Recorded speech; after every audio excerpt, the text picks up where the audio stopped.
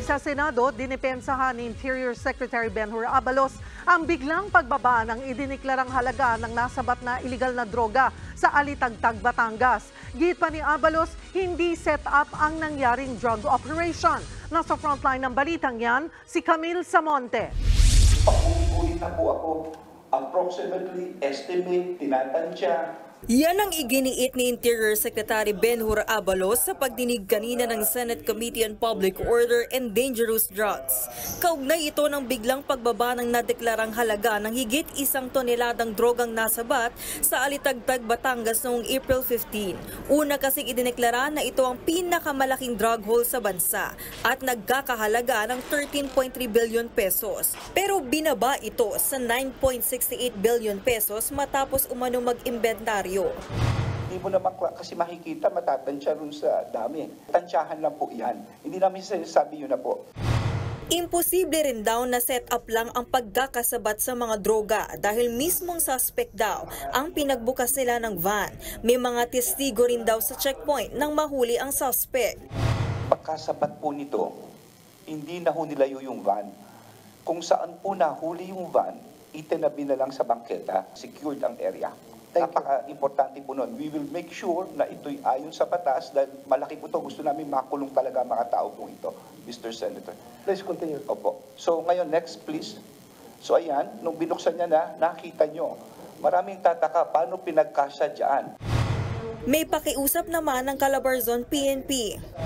If during our presentation, you will notice some lapses in our courses of action, please guide us, help us. Because on that day, everybody was overwhelmed because of the large amount of illegal drugs confiscated. Natalakay din sa pagdinig ang pagkalat ng umano'y 2 dokumento na nagsasabing may drug surveillance daw noong 2012 na isinagawa kay Pangulong Bongbong Marcos. Dumalo sa pagdinig ang dating agent ng Philippine Drug Enforcement Agency na si Jonathan Morales na lumalabas sa nakapirma sa mga dokumento. Como ba ang nandoon Bongbong Marcos na presidente ngayon,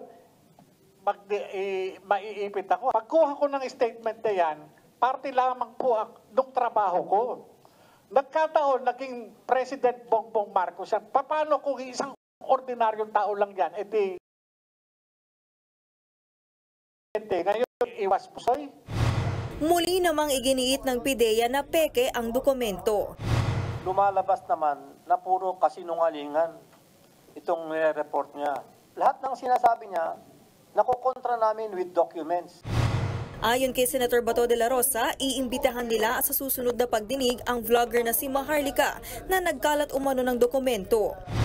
Bidlak tayo.